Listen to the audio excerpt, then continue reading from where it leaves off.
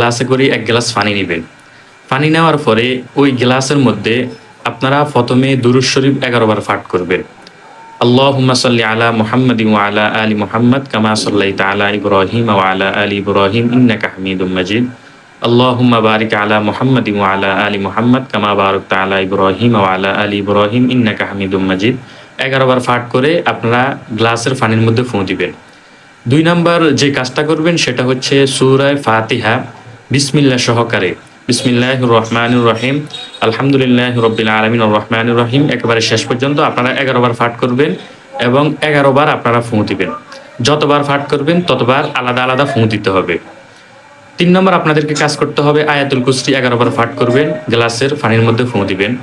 ৪র্থ number যে কাজটা করতে হবে আপনাদেরকে ৪ কুল অর্থাৎ সূরা কাফিরুন, সূরা ইখলাস, সূরা ফালাক, সূরা নাস এই ৪টা সূরা পাঠ করে মোট ১১ বার এই ৪টা সূরা ১১ বার এই ৪ বার ৪ বার করে ১১ বার পাঠ করে এবার ওই গ্লাসে পানির মধ্যে ফুঁ দিবেন।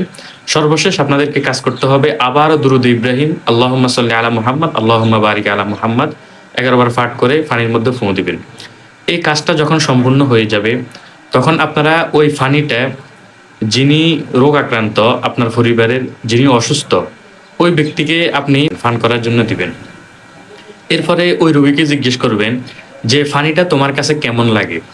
রোগী যদি বলে যে পানিটা তার কাছে তিক্ত লাগে তাহলে ধরে নিবেন যে ওই রোগীর জিন্নাতের সমস্যা আছে।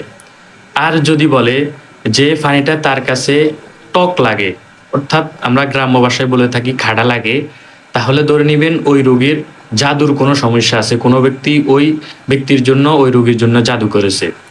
আর যদি বলে সাধারণ যে পানি ওই পানির মতো লাগে, তার কাছে কোনো তিক্ত লাগে না, কোনো টক লাগে না, তাহলে ধরে নিবেন তার ডাক্তারি সমস্যা। একজন ভালো ডাক্তার এর কাছে শরণাপন্ন হবেন।